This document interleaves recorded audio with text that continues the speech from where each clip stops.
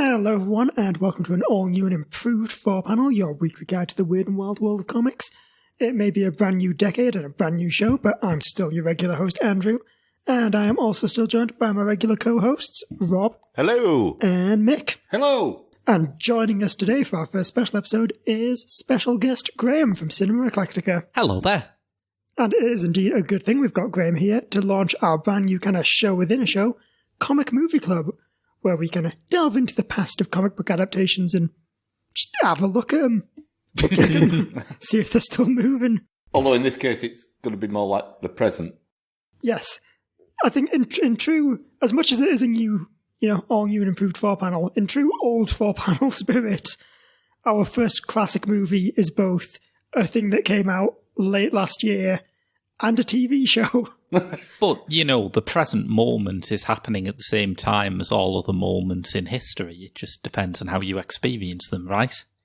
Thank you, Dr. Manhattan, because yes, we're talking about the Watchmen TV series. Yes. So, shall I... Whilst also watching it. We're not doing them both at the same time. No. Well, we are. Oh, but, yeah, I suppose in that way, yeah. That's good. Yeah. We're already confused. Excellent. Next week, Twin Peaks. Okay, so to set the scene, Watchmen, the TV show, is set decades after the end of the comic, where nominal superhero Adrian Veidt, aka Ozymandias, faked an alien attack on the world, killing millions to, and I quote, save billions. So this picks up in the present day. I think it is set in 2019, isn't it, the show? Yeah. Where the world is sort of at peace. The whole Cold War nastiness has died down. But there is kind of a new Cold War going on as countries race to master the sort of wild technology that led to the alien attack in the first place. Mm. Meanwhile, the plot itself concerns Tulsa, Oklahoma detective Angela Abar, also known as the vigilante Sister Knight. So she is part of a police force in Tulsa who now all go by these superhero identities after an event called the White Knight, where a group called the 7th Cavalry launched a big ol' attack on them, killed a bunch of police officers. Mm. And also they all wear Rorschach masks. Yes. Because Rorschach wasn't a good guy, everyone. He was actually a bit bad. Oh God, we're already being boycotted. Yeah. I honestly thought that Star Trek fans complaining about the new Star Trek series being too diversely cast would be the most egregious case of a fan base missing the point of its sacred text. But people who were concerned that the new Watchmen series gives Rorschach a bit of a bad name have just outdone them. Yeah. Yes, I mean, was he overly violent and abusive towards people? Yes. Was he openly quite homophobic? Yes. But was he racist? Yeah. Actually, it was quite racist too, to be honest. I think Watchmen fans can be divided into two categories. There are those who've read Watchmen, and there are those who've looked at the pictures. Yes. And then there are those who have only seen the film. Yeah. Which, I don't know, before we go on, should we say how we feel about that film briefly? Because for me, I came out of it and I was really grateful that such a faithful adaptation had been made. But the things that I had misgivings about have only stuck in my throat more in the decade or so since it was made. I mean, I really wish I'd sort of rewatched it before I watched the series. Right. Again, either that or reread the graphic novel, just to refresh my memory on some detail. But I remember thinking at the time Watchmen came out that, considering that for 20 years, people had been saying it was completely unfilmable. Yeah. It didn't make a bad fist of it. Pretty tidy job. And, it was the last time I was complimentary about Zack Snyder. So, yes. Yeah, I think one of the really impressive things about the Watchmen film is you think about how watchable it is, and then you think a solid 20 minutes of that film is people standing around a grave remembering some stuff that happened. Yeah. Yes. Like Zack Snyder makes that actually a thing that you want to watch. Yeah. Yeah. Also, things that you want to watch in that film are Dr. Manhattan's.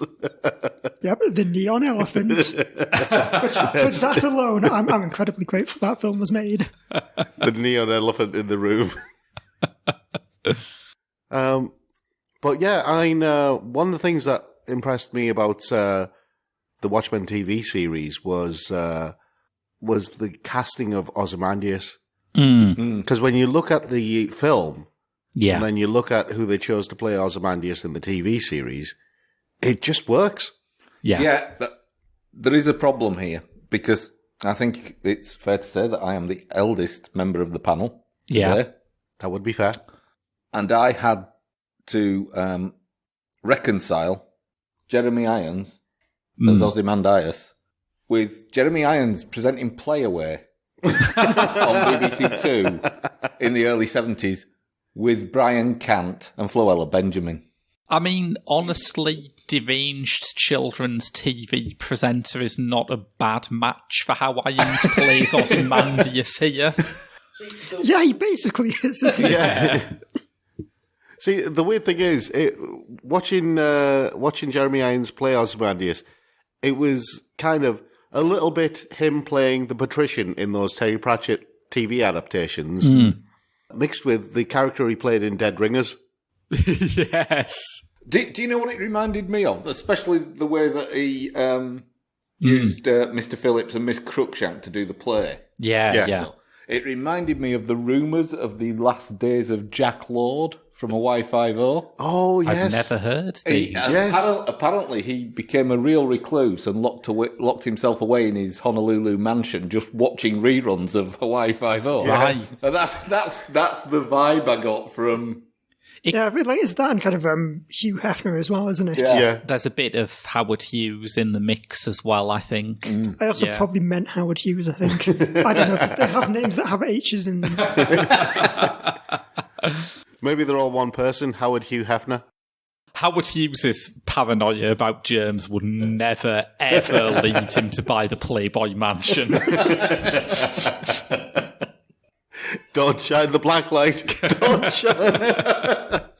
But yeah, it's possible that these allusions are deliberate because, like the comic, I mean, one of the things that it carries forward most effectively is it is absolutely dense with reference. Oh, yeah. I mean, one of the opening scenes, you see the owl ships being used by the police, which obviously, Dryberg invented those way back in the day.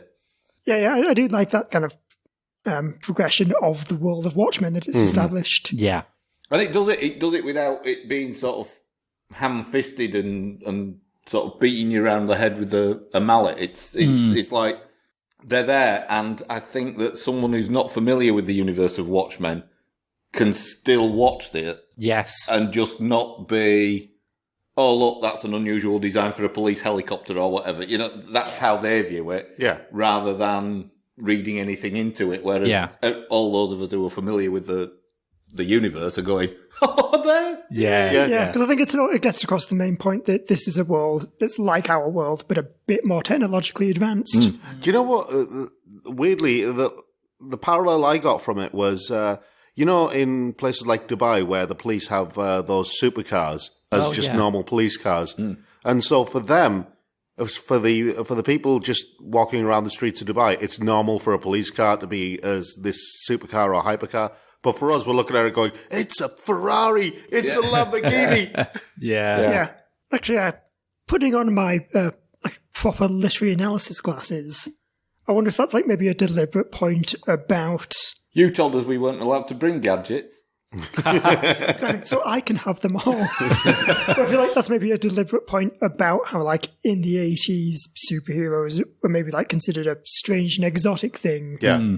Whereas now they're, like, a backbone of the film industry. Yeah. Well, one of my favourite reconceptualizations of things from the comic books is that in the comics, famously, Alan Moore hypothesized that in a world with superheroes, no one would want to read superhero comics. So you have pirate comics instead, like Tales of the Black Freighter.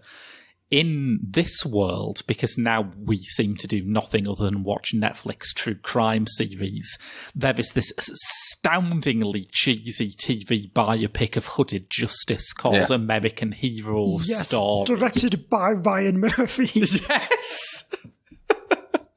Which is fantastic and registers as a great gag until the point comes where it actually becomes part of the show's story. Yeah. Yeah. I think it's worth also pointing out that it's, you might have to do an edit here. It's all right, I'm back. It's Damien Lindelof, isn't it? It's, yeah. I had all the letters, just not necessarily in the right order. Darren, Linda, no. No edit. It's all staying in. Yes, Gavin Fodelhoff. It's worth noting that it's a series from Damien Lindelof that actually has an end. Yeah, because there seems to be this weird cottage industry now, doesn't there, of people getting clicks by pretending they didn't understand a perfectly conclusive ending. Yeah. And I have seen some pieces saying, oh, what are we to make of all the questions raised in the Watchmen ending? And you think, is that just force of habit now? Because it seemed to me to end perfectly well. Yeah. Yeah. Yeah, it was a tight 9 episodes, was it? Yeah. Yeah. Just like the story begins in episode 1, story ends in episode 9. I mean, for me, the biggest question mark was, why is it only 9? Because it's not a standard sort of length. Yeah. I've seen a few videos on YouTube where the title is explaining the ending of Watchmen. I'm like, oh, God. Does it need an explanation? I saw when the film Us came out, I saw an article that was headlined, Us, spoilers, how are audiences meant to feel about the ending? Now, maybe I'm old-fashioned, but I think the best way to decide that is to watch the movie and sort of work out how it makes you feel. Yeah, I'm also pretty sure how they're supposed to feel is to say, that was a good movie. Yeah. Yes. I'll tell you what didn't catch on those lines was getting the director to do a tour explaining the ending, like they did with Mother. Yes, that was a good one. I would kill to see Damon Lindelof going around saying, first and foremost, it's an environmental allegory.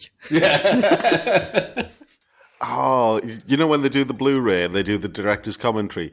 What I'd love is if they actually film the director's commentary as kind of a PowerPoint presentation with the director.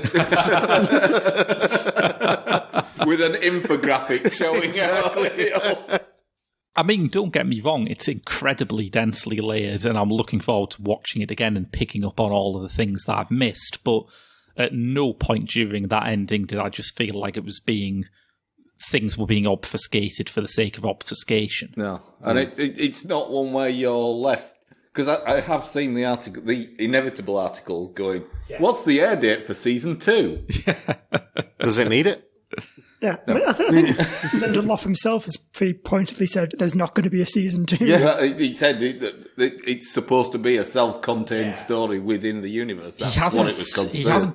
Please, Alan Moore hates me already. Don't make me do it again. He's already hexed me. There are so many snakes outside my house now. In fairness, though, hasn't Alan Moore got to that stage where he now just hates everybody? He probably has, yeah. I mean, anyone adapting an Alan Moore book in this day and age sort of knows what they're in for. Yeah. They could be as frame perfect representation as it would be possible to get, and Alan Moore would still hate you. But that's in defence of Moore, who I do adore. He is my favourite grumpy old snake wizard. Space wizard. He worships a fake snake. He does. Oh, yeah, he does. What, the Mara? Yes. 50% of 4-panel got that reference. That's true. I think that's like simultaneously one of the smartest and dumbest jokes we've ever had. In his defence, I think his point with adaptations is always, look, you can film it frame by frame, but I designed it to work as a series of panels on a page. You know, you have to actually rethink these for a movie. Yeah, and also a lot of his hatred comes from how he personally has been screwed over a lot, like rights-wise with movies. Yes. Yeah, and he's absolutely justified in being angry about that, in my opinion. Yeah. Yeah. But I think one of the interesting sort of challenges that someone has particularly when they make a continuation to Watchmen, not just an adaptation of it, but something that aims to take the story forward, is how well does it address Moore's critiques of his own work. He's been quite open in saying what I thought I was doing when I wrote Watchmen with Dave Gibbons was I thought we were making a comic that would teach people that this medium has incredible storytelling potential and can do things that no one had even tried to do. And what people actually took it as was, yay, we can have superheroes who rape people now. Pretty much, yeah. Yeah. And that is true, because the actual sort of layout of the Watchmen comics used a 9x9 layout, and I think there was something like 65,000 different combinations you could have on a single page using that layout, which is what made it groundbreaking. Yeah. Not the rapey superheroes. No. I mean, I'm sure that did sort of hit people like a bomb when it happened. It broke the mold. But, I think without Watchmen, we wouldn't have had the sort of darker, gloomier Batman films and things like that. Basically, the point of Watchmen is saying comics don't have to be like the super cheesy Adam West style Batman stuff. Yeah, that encapsulates both facets of its legacy. I think that's a very good point. Anyway, I think, in terms of doing that, I think Lindelof's probably done the best of both worlds in that he has made this thing which is incredibly dark and political and sort of contains some really confrontational material. But it is also told with taste and intelligence and leaves you with a sense of optimism despite it all. Yeah. And it also does that piece that we said about the flexibility of storytelling, because in a way that Lindelof hasn't quite managed to do in the past, he's managed to take a non-linear approach to the storytelling within the narrative. Yeah. Yeah. Because the penultimate episode is told essentially from Dr. Manhattan's perspective. And it has the best episode title of any episode I've ever seen. A god walks into a bar. Yes.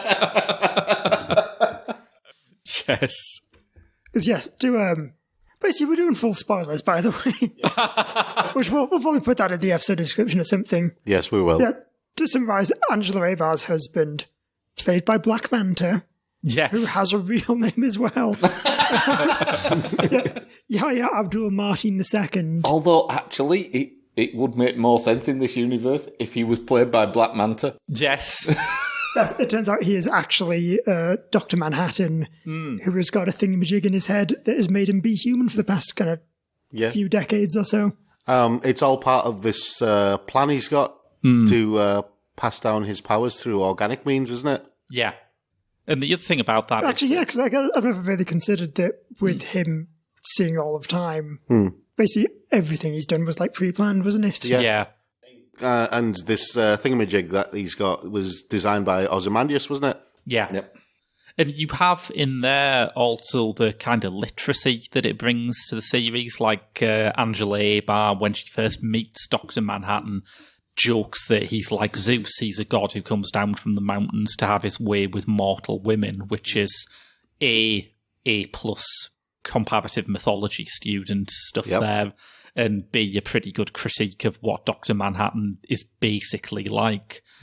But the episode also points out it's quite a lot like the Superman story. It's basically Superman 2. The superhero trades in his powers because he's in love with a mortal woman. So it has that same kind of Moore-esque ability to do high and low in terms of its cultural referencing. Yeah, indeed.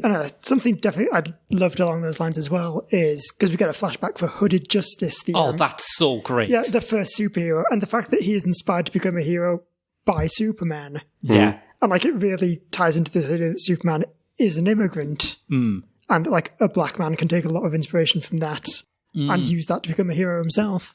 The use of race in it, which, it staggers me watching it that Moore and Gibbons hadn't used that so much in the original comics, because there is so much material in this series about how black people feel like they have to be a different person in white company. in a state like in the case of Hooded Justice, it's Depression era America. Yeah. Yeah, and you literally cannot do your job as a black police officer. And that's such a good sort of parallel with superheroes and secret identities that it staggered me that it's not really in Watchmen, the book. Yeah. Yeah, it's almost like as great as Alan Moore is, he's not particularly great at telling stories that are not from the perspective of a white man. Yeah. The interesting thing was, just touching on that, we actually did cover some graphic novels called Incognegro. Right. It's based on an actual person.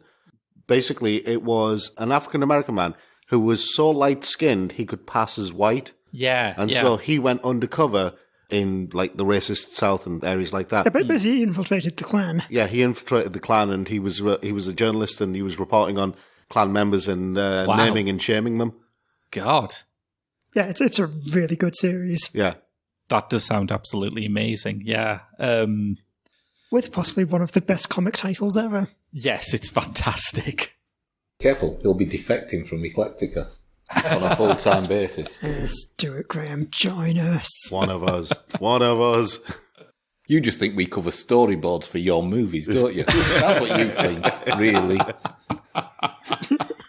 So what haven't we covered? We have this new villainous character, Lady True, who I think is pretty formidable. Yeah, she is, and it's also revealed she's like the biological daughter of Ozymandias. Yes. And that's the thing, isn't it? She's, when it's all too easy to have a two-dimensional comic book villain, she is so comic book. She's like comic book and Bond villain combined. Yeah.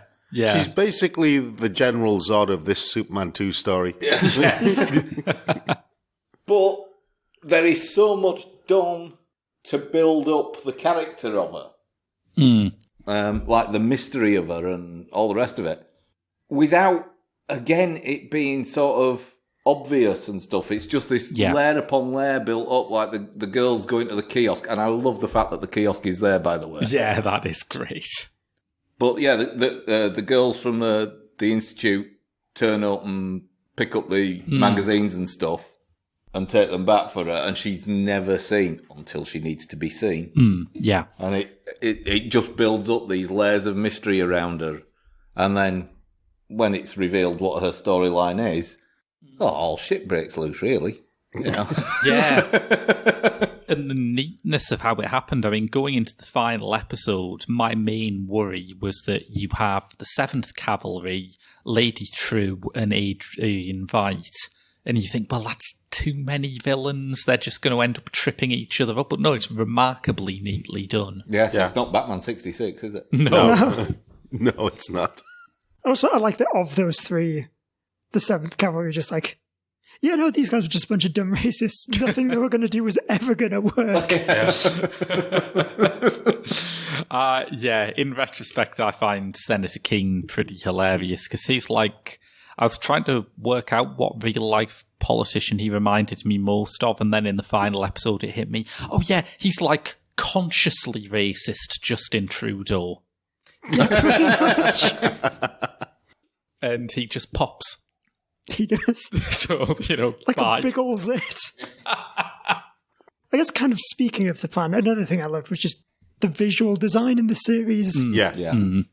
Like Lady True's big kind of rotating, sort of ceramic-esque whatchamagooges. Yeah. The thing was going to suck up all of Dr. Manhattan's power. Yes. Yep. I think my favourite piece of design for me is Sister Knight's costume, which is fantastic. It is both something that Regina King can believably wear and move about with, but it feels like it's come straight from the pages of a comic book that you've never read. Yeah. It's so credible. See, I think that is very good. I would say probably my personal favourites, though, are basically us getting the bits from the comic that we didn't get in the movie. Yeah. Of both Ozymandias in his full Ozymandias outfit. Yes. Including, like, long flowing purple cape. Yeah. Yep. Yeah. And the flashback for Tim Blake Nelson's character. Looking Glass, I think, is what he goes for. No, Mirror Guy. Yeah, Mirror Guy. That's it. Gene Smart says it's Mirror Guy. It's Mirror Guy. But yeah, just when we see a flashback of him as a teen, when he was kind of in New Jersey when the squid hit. Yeah. And just you get to see that giant, just like mess of tentacles all over New York. It looks fabulous. I know before the film came out, a lot of people were concerned that the squid would look too cartoony on screen, but looking at this, no. Yeah, No, I mean, the squid I will say that I think the squid probably would not have worked in the movie. Yeah. I mean, you've got to don't remember have- we're 10 years further on in terms of what can be done. Yeah. Well, even just without the visuals, I think it works in the comic because you have a bunch of supplemental material Yeah. about Ozymandias kidnapping scientists and make them invent this weird squid thing. And it's kind of it's weird if it's just a thing that comes from nowhere. Yeah. Yeah. The other thing about this show is that, bearing in mind how larger than life the characters in it are, potentially. Often literally with Dr. Manhattan. Well, yeah. Yeah. It's the fact that I found the people playing them were so believable in the roles that I then looked back at the cast list for the film to see if Gene Smart did play. To see if because I couldn't for the life of me remember who played Ozymandias in the film. And I couldn't for the life of me remember who played Silk Spectre. Silk Spectre. Yeah, well, it's Silk really, Spectre Jr., of course. Of course. well, see, I was convinced for a good long time that Jean Smart was the older Silk Spectre in the movie, but no, she wasn't, was she? No. Yeah, it was So- Carla Gugino. Yeah. Yeah. But yeah, it is fantastically cast, and I think one area where I'm willing to say that it does improve on Alan Moore's source text is that the romantic elements of it are so much more powerful when you've got people like Regina King and Yahya Abdul-Mateen too actually acting them. Yeah. Yeah. Yeah. Yeah, it's more believable when it is two people who actually seem to care for each other, not, well, we're in the same room. Yes. We want to have sex. That was one of the bizarre things from the film. It just didn't seem to work in terms of relationships. Yeah, I think Moore can be a pretty cold fish, and Zack Snyder may have never met a human. So putting them both together, you do get the hallelujah sex scene. Yeah, it was a bit like, you know, that awkward moment when you first decide you're going to hug a girl and they've decided they're going to hug a boy. And it's just you both go the same way. Yeah. Yeah, that, but with Leonard Cohen playing over the top. Well, Leonard Cohen's always the track of choice for me. You can keep your Barry White. Is this the Leonard Cohen dance then? Yeah, Peter Crouch loves it.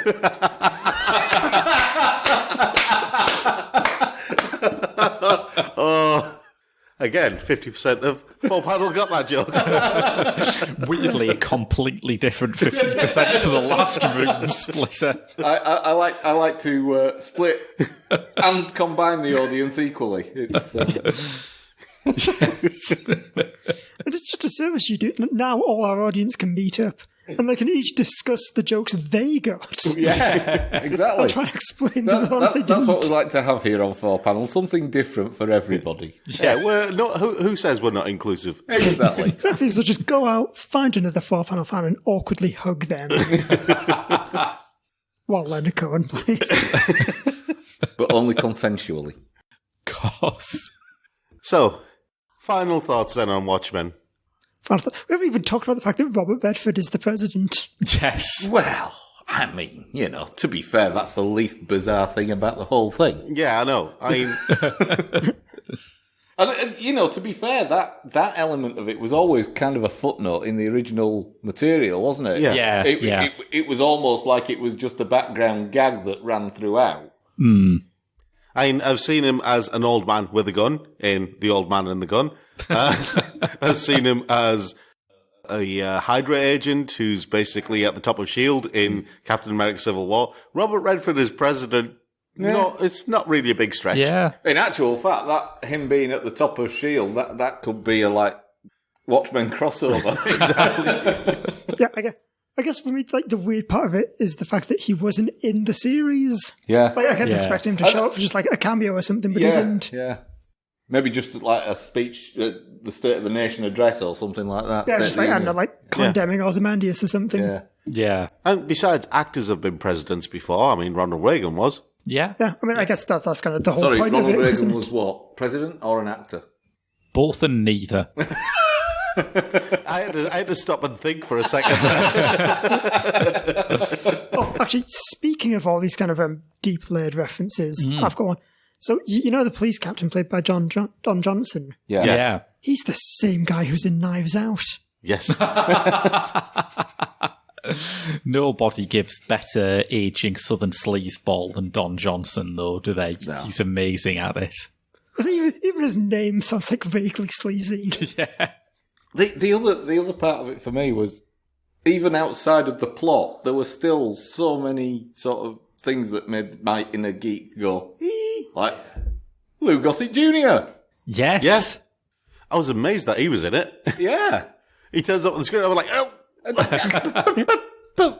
So, I think for me, what I had was an anti-Marvel moment with it. Mm-hmm. In that, with the Marvel stuff, Yeah. they whetted my appetite with some good season ones. And then it went downhill, and by the time it got to finding out that there wasn't going to be another season of The Punisher, I was going, oh well, fair enough. Yeah. I'm now furious that there isn't another series planned of Watchmen, having gone into it thinking, oh, this is going to be terrible. Yeah. See, this is the weird thing, right? DC, for some reason, have historically been better at the TV stuff than Marvel. And it stretches through the cartoons. I mean, most of the DC cartoons and the DC animated stuff, it literally pisses all over what Marvel do. Yeah. I mean, even the current Harley Quinn series, it's miles better than so much of what Marvel are putting out. And I think you're right, and I think Watchmen sort of exemplifies why this is the case. Yeah. And it's because the DC universe is filled with characters that need building, and they can breathe across 10 hours or 9 hours of TV. They can't do that across an hour and a half, 2 hours of screen time in a movie. Yeah. Where your fundamental driving force is to tell that story. Whereas Marvels tend to be more the big cinematic set piece comics anyway. Yeah, I mean, if you look at the DC TV shows like Supergirl and Arrow and The Flash and stuff like that, you've got actual characters all the way through. Yeah. Okay, the stories might be a bit weird, but I think the best compliment that I can give to it is that it made me realise that some of my questions that I'd always had about Watchmen, because obviously everyone who's read Watchmen has thought, oh, I wonder what happens after it ends. Yeah, and no, actually, sorry, I'm going to have to take you up on that, Graham. Watchmen isn't allowed to use Charlton Comics characters, so it's Rorschachs you have about Watchmen.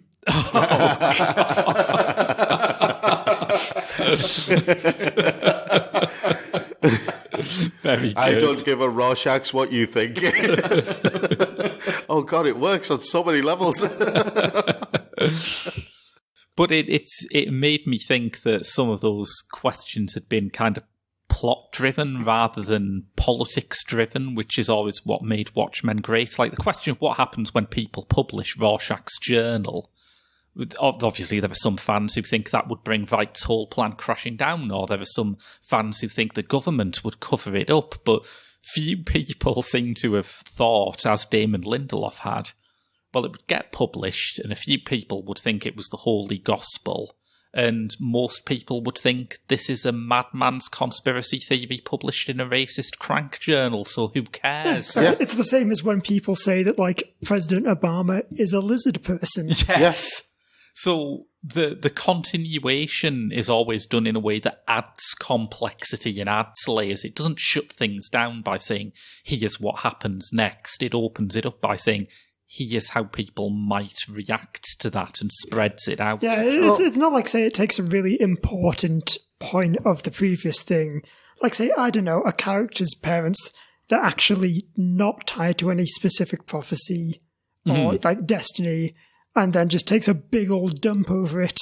Palpatine's granddaughter, Rey. Yeah, we don't talk about that. I mean, I scream about it into the wind. Yes. Yeah, well, we can't assume that these stories will ever end. It's possible that Star Wars Episode 10 will just be called Who Banged Palpatine? The more I hear about the latest Star Wars movie, the gladder I am that I am not the hopeless fan who just has to see it for completeness. Yeah, it's maybe best that you tapped out. Yeah. I'll probably catch it on a wet bank holiday afternoon when it's on ITV4. I saw Cats instead, and I feel like I made the right decision. And when was that ever likely to be the right choice? Watchmen is good, though. Yes, Watchmen is very good. So I think with that, we'll take a little break, shall we? And then come back with some reviews. Yeah. Hi there, I'm Robert Rankin, and you're listening to The Geek Show. Oh, yes. Perplexed by the pompous, ponderous piffle purveyed by normal art critics? Well, you've come to the right place, because we're not normal. We take a not-so-serious look at the serious worlds of art and literature. Join Sarah, Andrew, Rob and Graham for a piffle-free journey through the cultural landscape of the 21st century. Literary loitering, because you can't make a cultural omelette without smashing a few eggheads. And welcome back to the show. Now we're going to be talking about what we've been reading. So guys, what have you been reading? I hope the answer's comics. The answer is definitely comics, even though it's also a movie that was never made, but should have been made, but was never made, sadly, and I hate you all in Hollywood for not making this movie. Are there a whole series of those that haven't been made? Yes, there's a whole series, but this is one of the best ones. And I mentioned this, I think, during the December Comics Blow. No, it was during the Christmas episode. It was one of the discoveries of the year for me. Alien 3 by William Gibson. Yes, he of Neuromancer fame, the guy who coined the phrase cyberpunk. Johnny Christmas and Tamra Bonvillain. Which is the best name in comics. Yes. That's some really lazy writing, isn't it? Now, Mr. Bond, you must face Tamra, Bond villain. Actually, it's quite an oxymoronic name, isn't it? Because it basically translates as good bad guy. Yes. Anyway, there's a foreword in this by William Gibson talking about how the Alien 3 screenplay was the first screenplay that he'd ever actually been asked to write.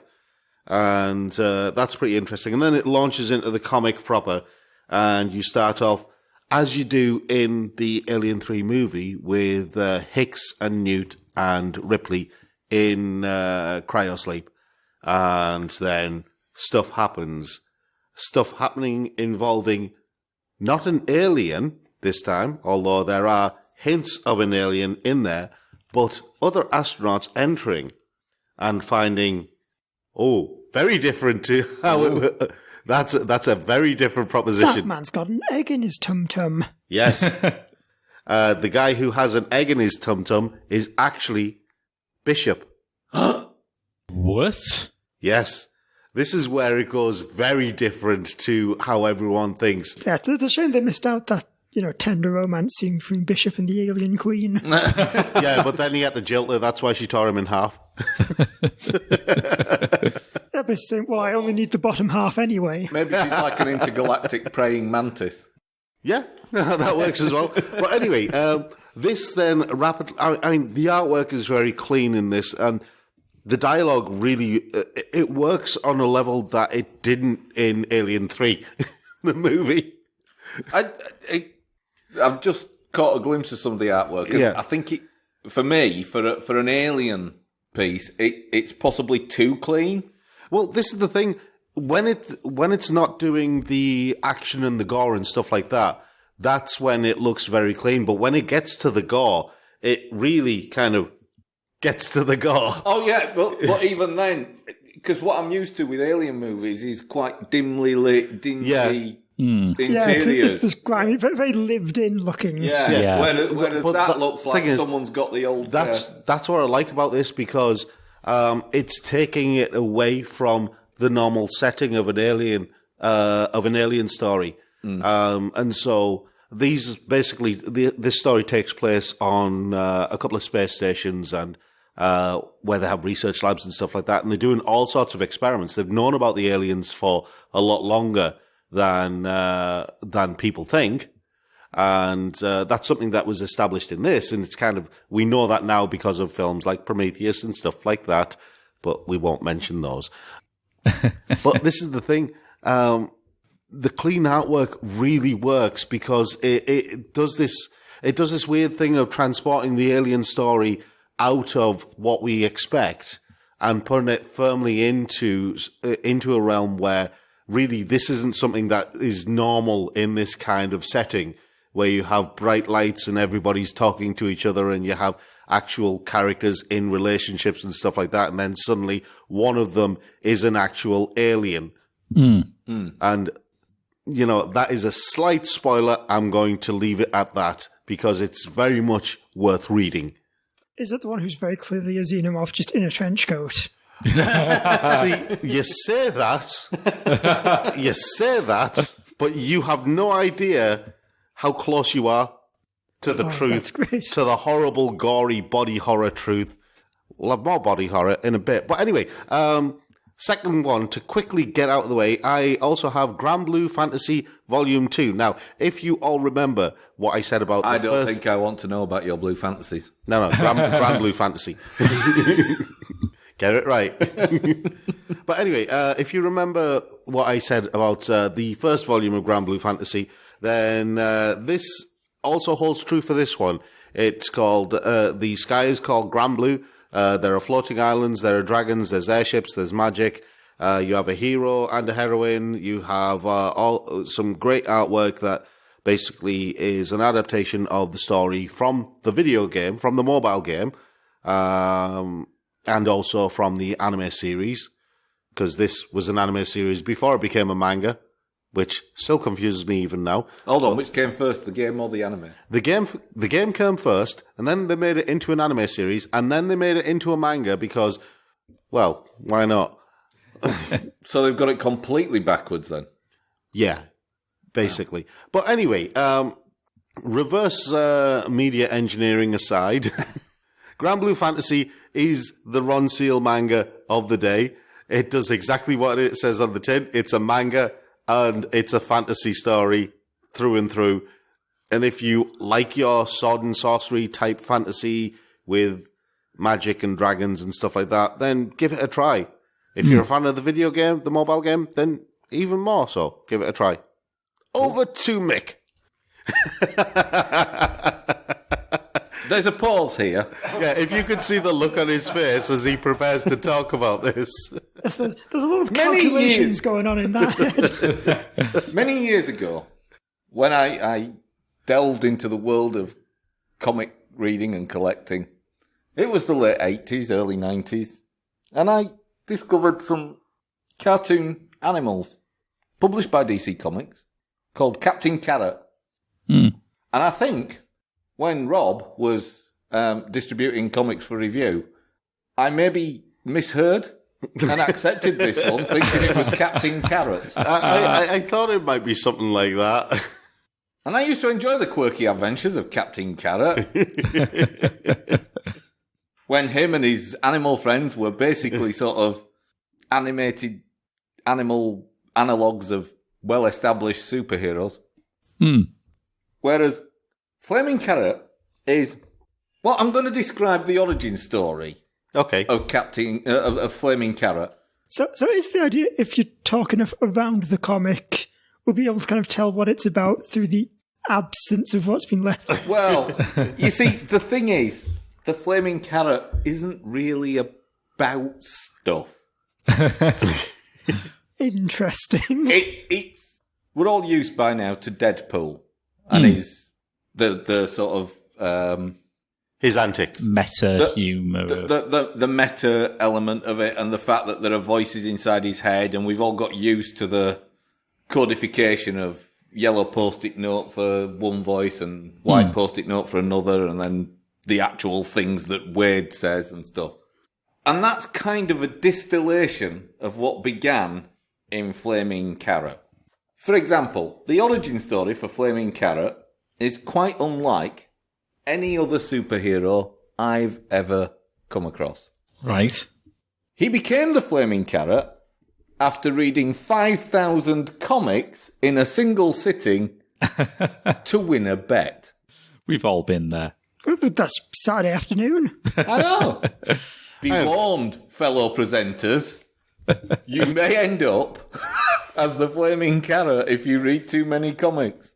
5,000 comics in a single sitting, and he decided the Flaming Carrot was No.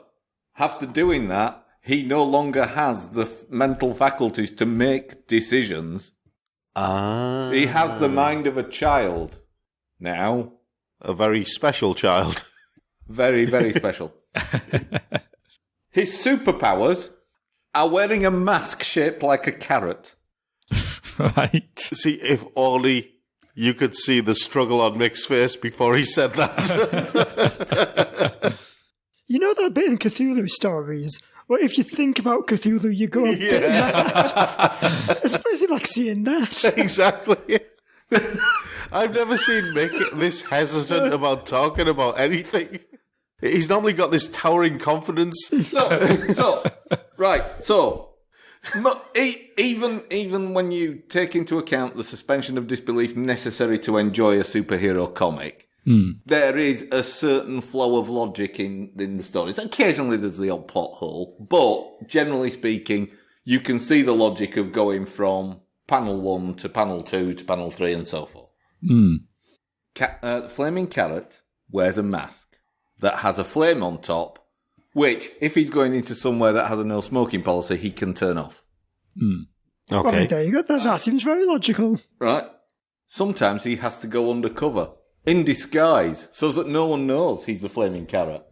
So, bearing in mind that the only thing that differentiates him from being the Flaming Carrot is the carrot-shaped mask that he always wears.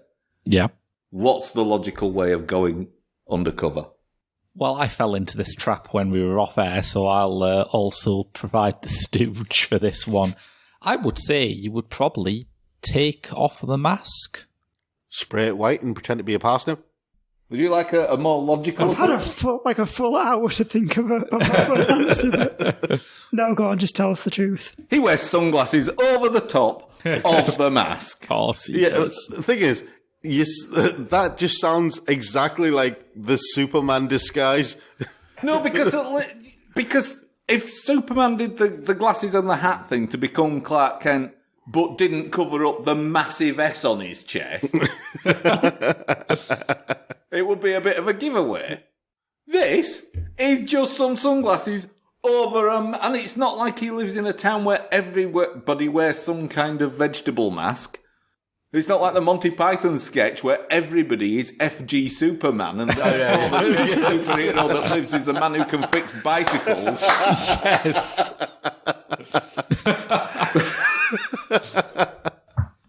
YouTube it, it's worth it.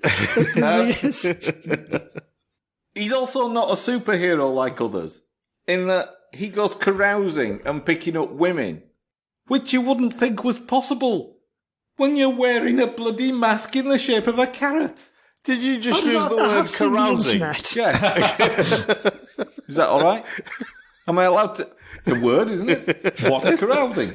Sorry? Carousing. Carousing, yeah. That's a word. I'm just amazed that Mick used the word in context of a comic. Comic book characters can carouse too. Don't you try to oppress them. See, no, I think we've said carouse too many times and it doesn't sound like a word anymore. Yes. He fights off a Martian invasion, seemingly, as all his exploits, by accident. He's generally sort of discombobulated either due to alcohol consumption. He goes on a drinking binge with death. This is the omnibus edition, collecting all of his adventures. Although oddly, it collects Flaming Carrot Comics number 1 and number 2, numbers 4 and number 11. Now, I've googled this. I can find no evidence of the existence of a Flaming Carrot number 3. Conspiracy. Oh, wow. And then there's a big gap until it decides to collect 25 to 27. I just think that possibly those missing issues are just so deranged and so acid trippy that they're not allowed to see. I think there's probably a US statute that prevents their publication. Or maybe they contain secrets that the US government doesn't want us to know, so they've been redacted. or they've been adapted into Lost Season 7. That's also a possibility. I'm pretty sure the real answer, listener, is that Flaming Carrot Comics was an anthology thing, and so the Flaming Carrot wasn't in every issue. But shh. No, because Flaming Carrot number 3 is referenced in one of them. In which case, what the hell? Exactly. What is this nonsense? And it's exactly that. I'll be honest, I didn't complete the omnibus because It would be the equivalent of reading 5,000 comics to win a bet. Well, very much so. I've got a feeling that he became the Flaming Carrot by reading 5,000 Flaming Carrot comics to win the bet. But, listen, I don't mind a bit of way out weirdness. That's why I'm on 4-panel. But it's too much. There's too much weirdness going on. I just want to point out something. It is funny in places, though. Yeah, I just want to point out something to everyone. Mick is describing the Flaming Carrot comic as bizarre and strange and weird. A bit too much for him. Now, Mick is a guy who happily, I might add, went out and bought a comic book series called Moon. Which was what the Moon was doing when you weren't looking. Exactly. Turns out he was a secret agent all along. Yep. Excellent. Right. So I can handle weird. Exactly. I just wanted to make that clear. But this is too much weird for me to handle. Well, there you go. Shall I ironically bring things a bit more back to earth with a sci-fi comic? Yes. So I have been reading Invisible Kingdom, Volume 1, Walking the Path by G. Willow Wilson and Christian Ward. And this follows the adventures of two women named Grix and Vess. I mean, just a quick glance at the cover. Is it set on Bespin? It is a very Bespin-y looking thing, isn't it? Random Star Wars. I just assumed it was a village up near Newcastle, really. Random Star Wars reference from the non-Star Wars fan there. So, Grix is a spaceship captain working for Lux, the biggest corporation in the galaxy, who are basically Amazon but space. So Spamazon then. Sounds like a rip-off of a Doctor Who story to me. Oh, I love the Kablam Man. Actually, what it does remind me a lot of is The Outer Worlds, Mick. Yeah? A game that we both like. Yeah, that same kind of very... It's a galaxy that's very heavily influenced by corporate culture. Yeah. Really is.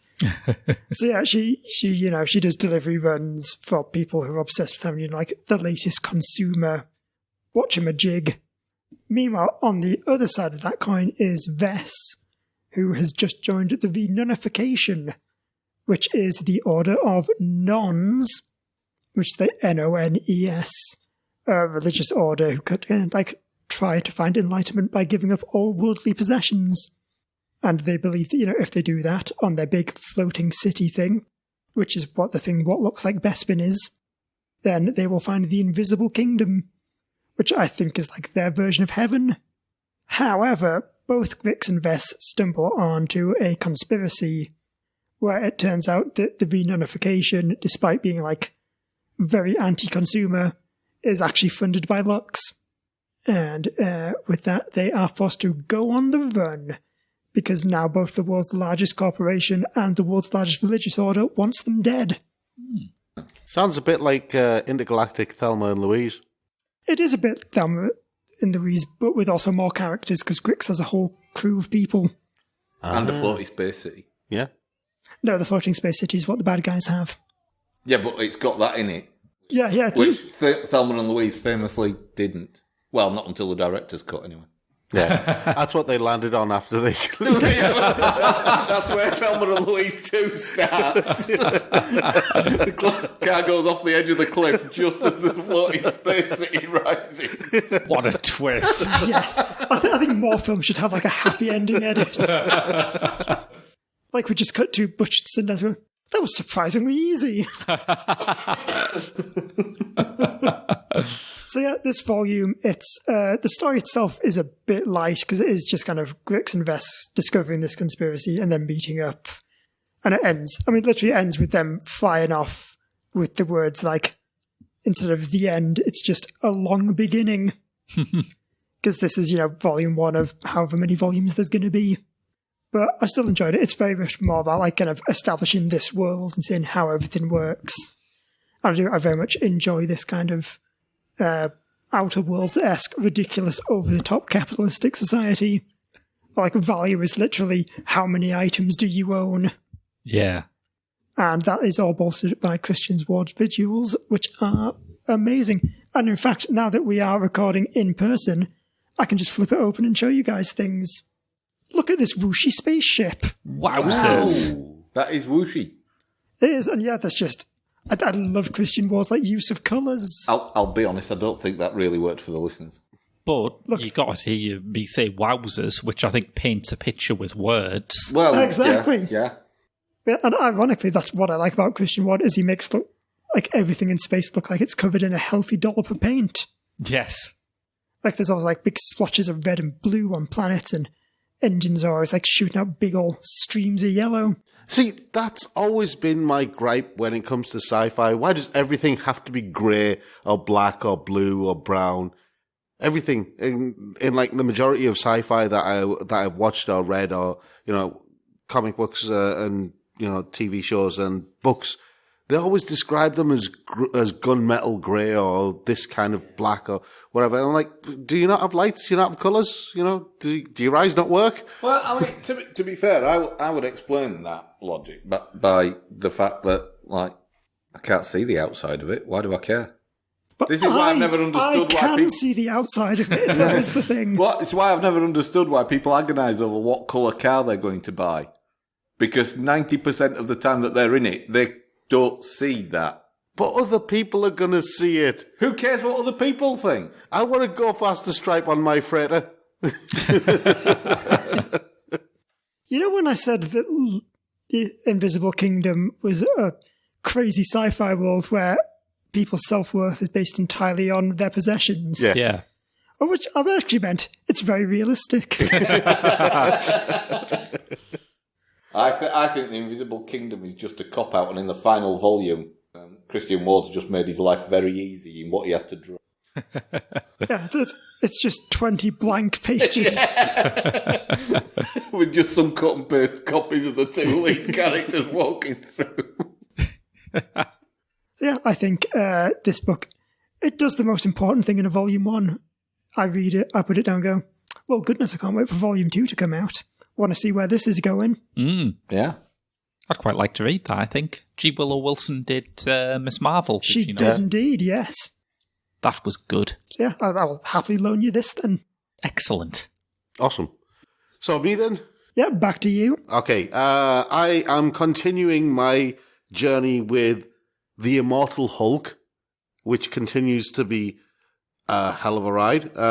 This is by Al Ewing, continuously by Al Ewing, and the writing is amazing. With art by Joe Bennett and Ryan Bodenheim and German Garcia, and inks by a whole bunch of people who I'm not going to go into. This is the volume called Breaker of Worlds, and oh wow. Right, okay. See, this starts off with the guy who is now in charge of Black Site or whatever it's called, and he has a plan to take out the Hulk. And it's a plan that really only a madman can come up with.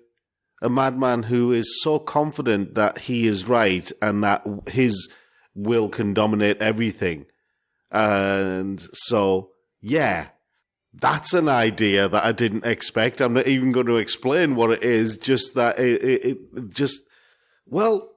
he basically decides to teleport onto onto Gamma Flight base, kill Doc Samson, hit the Absorbing Man with a bunch of drugs that basically turn him into putty, and knock out the Absorbing Man's girlfriend, and steal a particular body, a particular dead body, because that's central to his plans. Mm-hmm. His plan is to merge with said dead body and take on the Hulk in some kind of trap fight.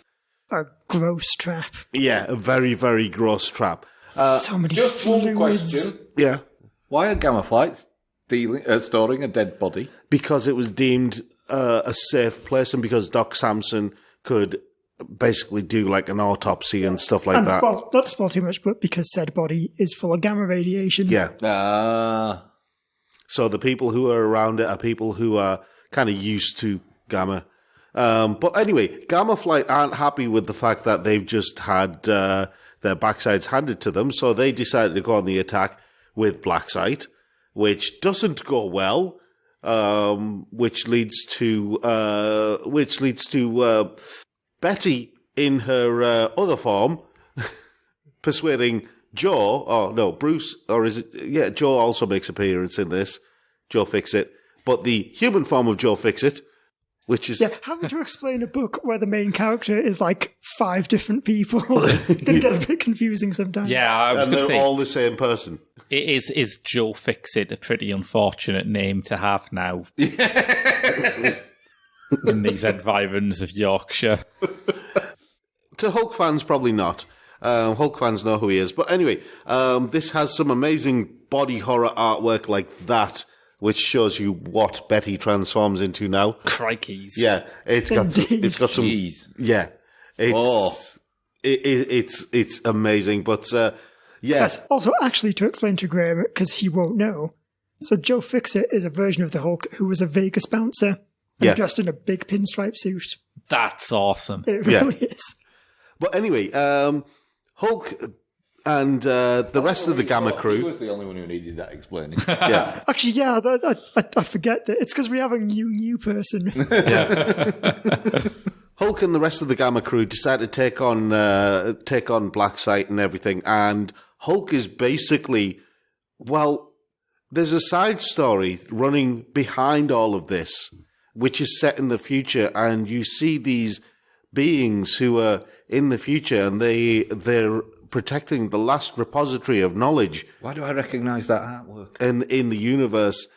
And they're Probably because it's by an artist who's done some art in a comic book you've read. Yeah. No. It was the actual alien thing. They're protecting the last repository of knowledge in the universe from the last being in the universe, the one who has conquered all, has consumed all, the breaker of worlds.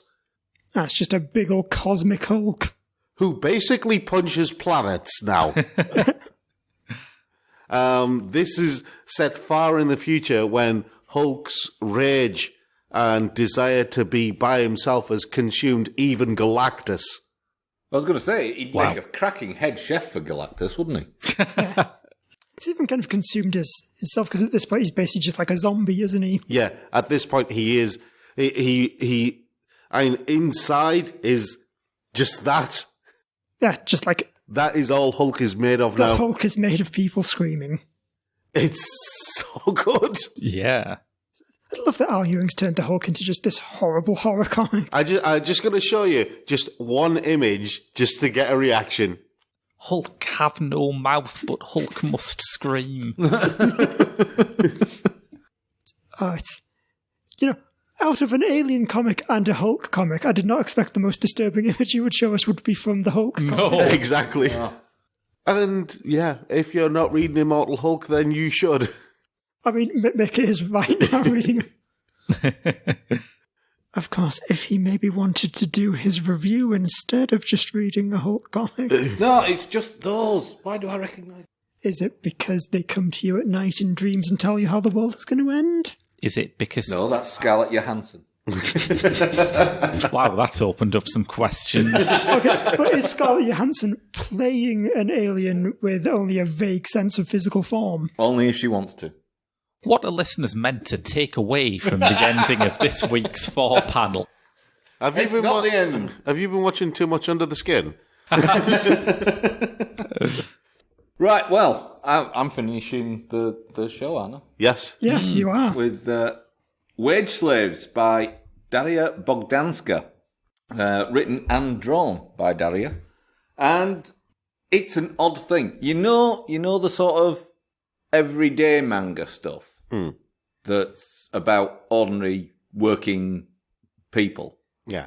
Yeah. This is like a Western one of those. Yeah. So, this is a biographical piece about her moving from Poland, and she moves around a bit around Europe, doing odd jobs, but she applies to learn how to write and draw comics at a school in Sweden. So the bulk of the story is about her arrival in Sweden, and it's about the trials and tribulations of not being able to work officially, because she has no social security number, working in curry houses and bars and bits and pieces like that, under the table, and not having a proper contract and struggling for money. And it's just those everyday struggles of an immigrant worker in Sweden trying to make ends meet, and then there's all the relationship issues she has, all the people trying to help her that suddenly can't help her, all sorts of bits and pieces. Living in basements and bedsits and stuff like that. And it's just really down to earth. It's kind of crudely drawn, but that's in its favour because it's about a kind of crude environment. But even though it's crudely drawn, all the characters are easily identified. You know when she's talking to person X as opposed to person Y. Yeah. All the characters are quite well rounded. And it does open your eyes to some of the sort of less, shall we say, ethical practices. The Indian curry house that she works in, not only is he giving jobs to people illegally, but even within that, there is an element of racism. Oh, yeah. Because the Bangladeshi guys get paid one rate, the Swedish guys who are just trying to earn get another rate, and then anybody else gets another rate entirely.